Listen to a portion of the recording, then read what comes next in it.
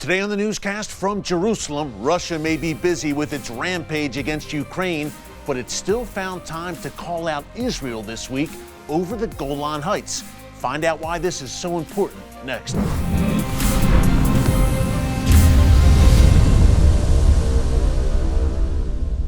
Hey folks, Erick Stakelbeck here. Welcome to the Watchman Newscast and welcome to Jerusalem. Night has fallen here in the ancient and ancestral capital of Israel. We've had a great week of production here in Israel, and I'm heading home to the States early tomorrow morning with a lot of great content that we will be bringing to you right here on the newscast and the Watchman TV show on TBN over the next few weeks and months even, so you will want to keep it right here. We've got a lot to talk about today in a short amount of time.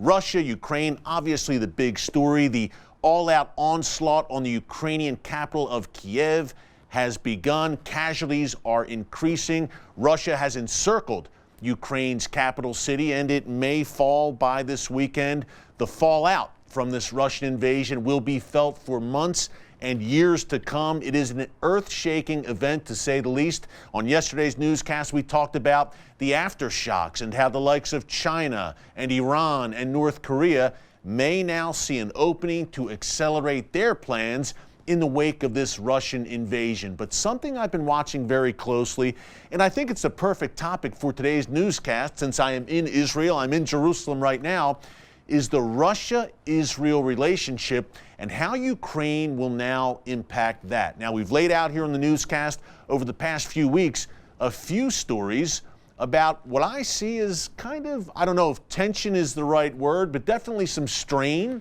in the Russia-Israel relationship over Syria. Remember, over the past few years, Israel has carried out hundreds upon hundreds of airstrikes against Iranian and Hezbollah targets inside Syria. Why is Iran there, you may ask? Good question. Iran has set up shop in Syria at Israel's doorstep because it wants a forward base to strike against the Jewish state. Picture the situation in southern Lebanon with Hezbollah, Iran's most lethal proxy. Iran wants to duplicate that in Syria and open up a second northern front against Israel. Israel wisely says, no way, this is a non-starter. So the Israel Defense Forces have been working very hard to push Iran and Hezbollah back from the Israel-Syria border and back from the Golan Heights. More on the Golan in a minute. Some very important news there. Russia has also been in Syria while all of this is unfolded, and Russia has stood back and allowed Israel to operate freely against Iran in Syria. Now, this is interesting and a very delicate balancing act for Israel. Russia entered Syria in 2015 to bail out its good friend and ally, Bashar al-Assad. They succeeded. Assad has essentially prevailed in that bloody Syrian civil war, but Russia is also aligned with Iran and, yes, Hezbollah in Syria. Basically, you have a nuclear powerhouse openly aligned with three of Israel's greatest enemies, the Iranian regime, the Assad regime, and Hezbollah. Nevertheless, Israel has said, again, we can't allow Iran to set up shop here, and Israel has had a relationship, an understanding of sorts behind the scenes with Vladimir Putin. Israeli Prime Minister Benjamin Netanyahu had it. The new Prime Minister, relatively new Prime Minister, Naftali Bennett, also has it. Both men have traveled to Russia to meet with Putin, and Russia has not stood in the way as Israel has continued to carry out these strikes. But there are signs that may be changing and that Russia perhaps is losing patience with those Israeli strikes. Just 2 weeks ago, a Russian foreign ministry spokesperson called out Israel over its strikes in Syria, called on Israel to cease those strikes, and called them, quote, a crude violation of Syrian sovereignty. Not only that, we had Russian and Syrian fighter jets conducting a joint patrol near the Golan Heights last month over the Syria-Israel border. That certainly caused concern here in Jerusalem among Israeli officials.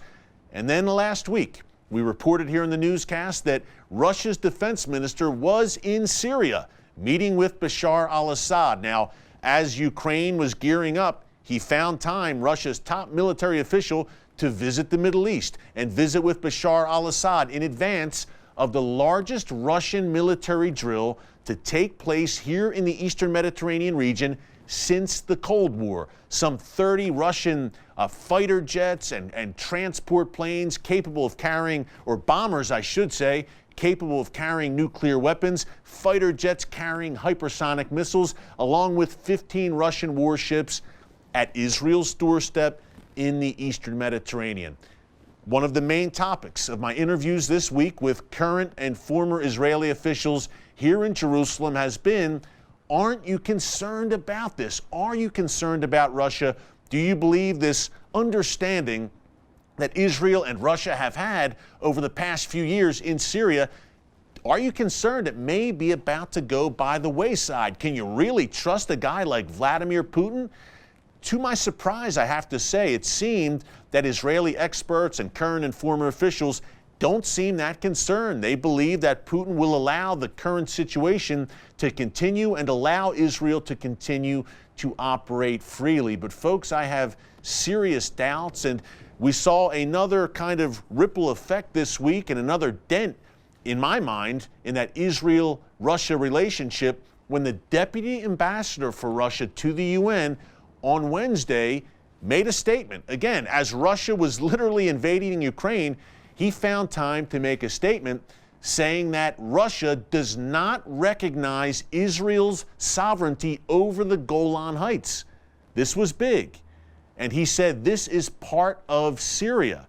To me, folks, that is a major statement, and that gets to the root of things, Israel's concern about Russia in Syria. Syria, Russia's ally, covets the Golan Heights.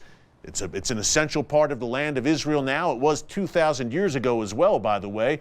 And Israel announced last year, I should say, that it's planning to build up the Golan Heights, build more homes and businesses there. And now Russia is saying, no, that's not Israeli sovereign territory. That is territory belonging to Bashar al-Assad. I thought that was a major statement. Obviously, with everything going on in Ukraine, it was overlooked. And in that same statement, he referenced the government in Tel Aviv, not Jerusalem. This Russian deputy ambassador at the UN, he identified the Israeli government, the Israeli capital, as being Tel Aviv. I'm sorry, folks, the ancient and ancestral capital of Israel is indeed the city of Jerusalem. But I think we're starting to run into some trouble here, and Russia invading Ukraine has created a dilemma for Israel in that Israel has had a very strong relationship with Ukraine and Russia. The Russia relationship, obviously a necessity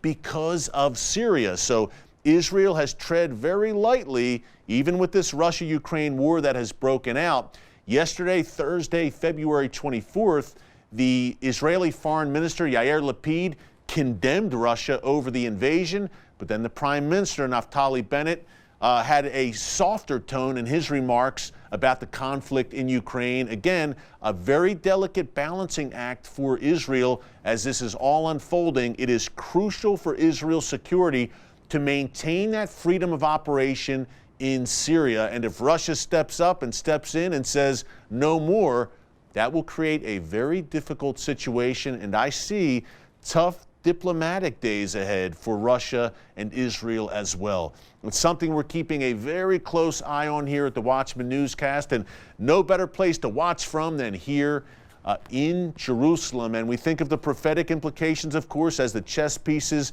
are moving on the board, that war of Gog and Magog that we've talked a lot about here on the newscast, laid out in the book of Ezekiel chapters 38 and 39, which seem to suggest that Russia could very well head up that latter days confederation that comes against Israel. But the good news is that confederation perishes on the mountains of Israel, because God Almighty, the God of Israel, neither slumbers nor sleeps. From his city, from his land, thanks so much for joining us here on the Watchman Newscast. Have a great weekend. Until next time, God bless you. And remember, never hold your peace. Hey everyone, thanks for checking out the Watchman Newscast. If you enjoyed this episode and want to see more, make sure you go ahead and hit the like button, click subscribe, and tap the bell icon to turn on notifications for new Watchman Newscast episodes every weekday.